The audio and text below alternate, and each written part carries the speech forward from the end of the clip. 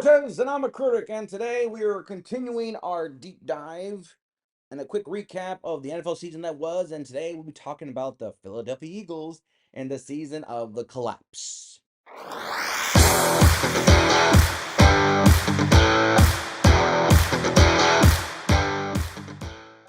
Philadelphia, a team that was in the Super Bowl the year before, and they didn't win it, and people are still blaming the referees, but I'm more about that.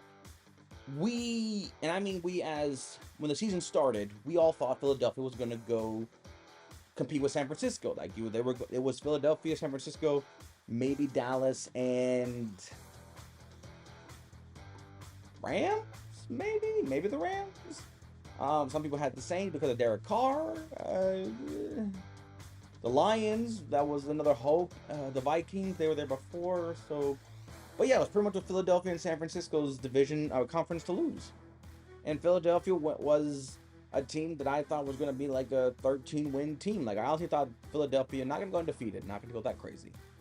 But I felt like they were going to, handily, dominate with their offensive firepower. They were 10-1, and we all thought, yeah, that's the destiny. They lost to Dallas, and people were thinking, well, they can still win the division. Their schedule's very easy, and that was the point. We all thought that the Eagles' season was fairly easy. They had Seattle, which in that game, Geno Smith got hurt.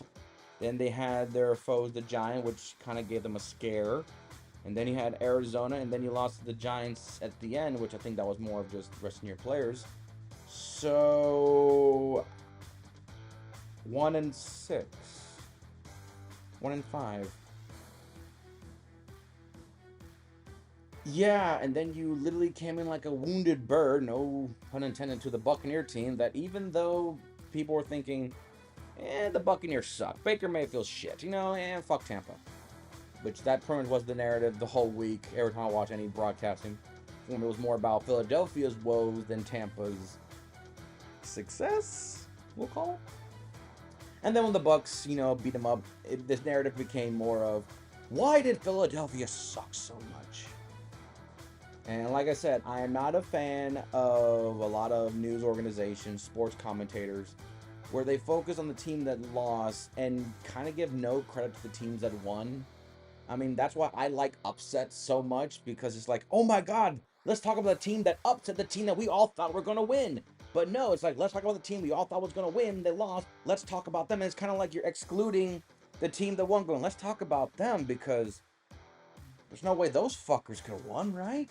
That's what it feels like. Now, they don't use that word, of course, but that's what it feels like. It feels like they're literally just they're disrespecting the team that won, the team that made the upset. But that's Philadelphia. I mean, that's sports talk radio, what I'm talking about here. That's what we'll talk about. I mean, they talk about the Cowboys every single day. Every time Jerry Jones says, I have an idea, and they're like, okay, let's go to Dallas Cowboy radio and talk about Dallas Cowboys for the next 73 minutes. But Philadelphia, you blew the division, but we all thought you were going to beat Tampa. I didn't. I'm a Buccaneer fan, and I'm obnoxious that way. But we all thought Philadelphia was going to do it, and when they didn't do it, the conversation became, what happens? Kelsey retires. Fletcher Cox just recently announced his retirement. So literally your captains on the line, O and D, are gone. That hurts. That hurts. And now you're going into where, I mean, you guys got players. I mean, you got Barkley, that was the big one, which I feel like he's gonna become a bell cow again. You still got Smith, and you still got Brown, the edge. Dallas in health. And you got Jalen Hurts, which, say what you want to say, he's still the best. He's still one of the biggest reasons of you guys' success. Now, hopefully defense will get better through the draft, but Philadelphia, you have Dallas, and you know that Washington is probably going to get a new quarterback. And, they got Dan Quinn, so the Dallas Cowboy defensive corner, so you know how to play against him. Or don't you know how to play against him? So there's a lot of missing parts that Philadelphia seems to be quickly patching up. Now we'll see how well the patch job works in the preseason, but right now Philadelphia, I'm gonna say it right now that we should not just go, well, last year showcased the true color, but like, let's wait, let's see what happened. But I feel like the NFC East is gonna be Definitely between the Cowboys and Eagles, while Commanders and Giants will fight for third and probably top 10 pick again. We'll see what that happens. But Philadelphia, you did have a good game. And I think your best game is probably one that people might disagree, but I think your Week 12 versus Buffalo was your best game. One, you were at home and the weather was bad and Buffalo was desperate and they were giving you everything. I mean, they were never. It felt like every time you guys had you cut the lead down, Buffalo would score and keep extending that lead through the whole game, and eventually led to overtime, and eventually led on to winning a 37-34 overtime victory. Now, the reason why I picked this game out of all the other ones is the opponent always matters when it comes to big wins. But even though teams don't play their best every game, I mean, tell me team, any team that has won the Super Bowl, and you tell me that they played perfect in every game. There's no way. There's no way. Even their losses, even they have bad losses, but some of them have bad wins where they win like a 14-13. They got a last-second touchdown with no time left kind of thing. They want to win the Super Bowl later that year, but it's always that like, man, that was a bad game. It's like, if the team won, I don't think it's a bad game. And I feel like it showcased that not every team is on 100% perfect every week. Even if they go on 10-game win streaks, there's no way of saying they're perfect every week, because if they're perfect every week, we have nothing to talk about. But we all know that's not true. Sometimes, a tip pass becomes a pick six. Sometimes the field gets doinked. Sometimes the weather plays a factor. There's a lot of reasons why a team can't be perfect every week, even though they eventually go on to win the Super Bowl, like the Chiefs did, then in the past, and then what the Rams did, what the Bucks did. It happens. Sometimes there's always a bad game, even a bad win. It happens.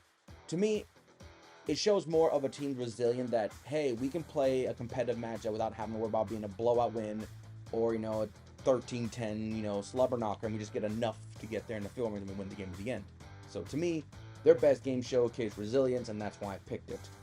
The worst game, though, happened to be the week after, when I'm back-to-back teams with consistency of good and bad game back-to-back weeks.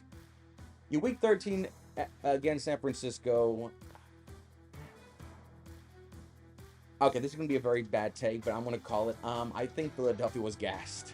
I think Philadelphia, before that game against San Francisco, they had a hard-fought game against the Commanders at Washington, 38-31.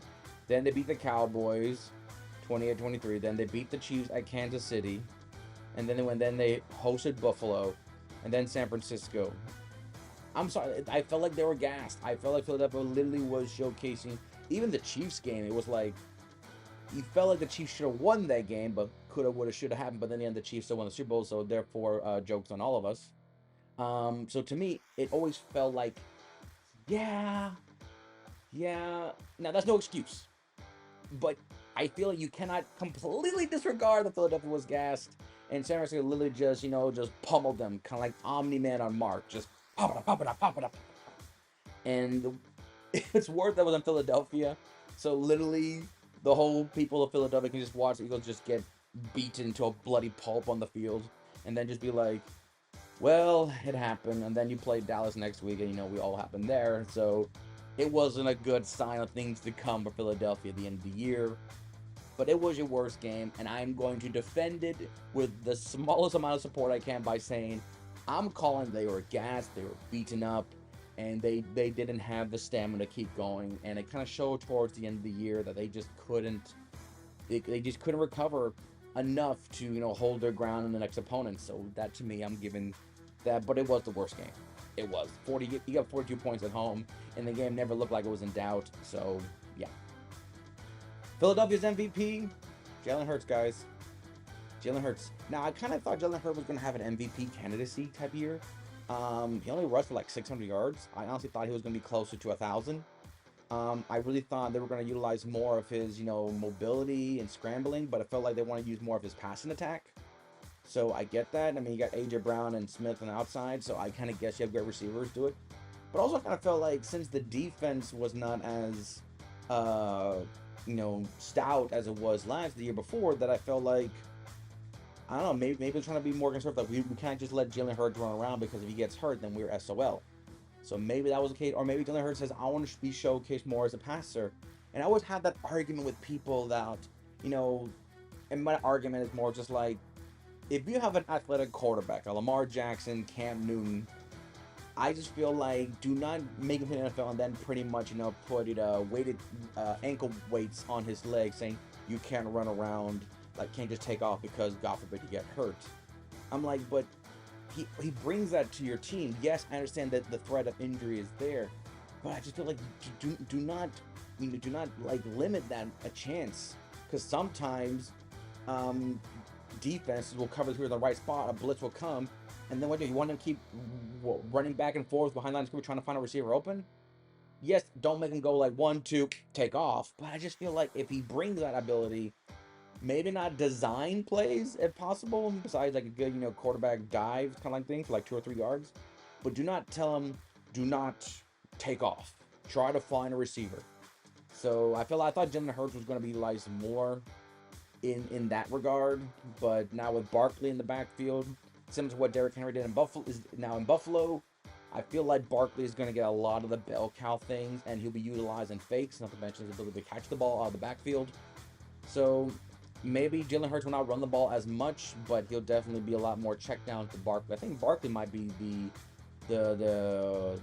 at least the newest powerhouse to that offense. So overall, after Jalen Hurts is your MVP, the grade I'm gonna give the Eagles is a C minus.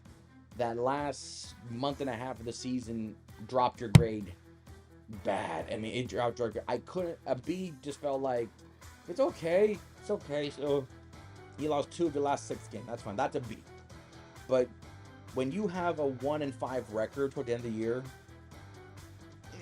you can't be a B plus team. You're an A plus team, or an A at least, and 10-1. And then when you start losing games to the Cowboys, and then the Cardinal game, just made I can't put you as a B anymore.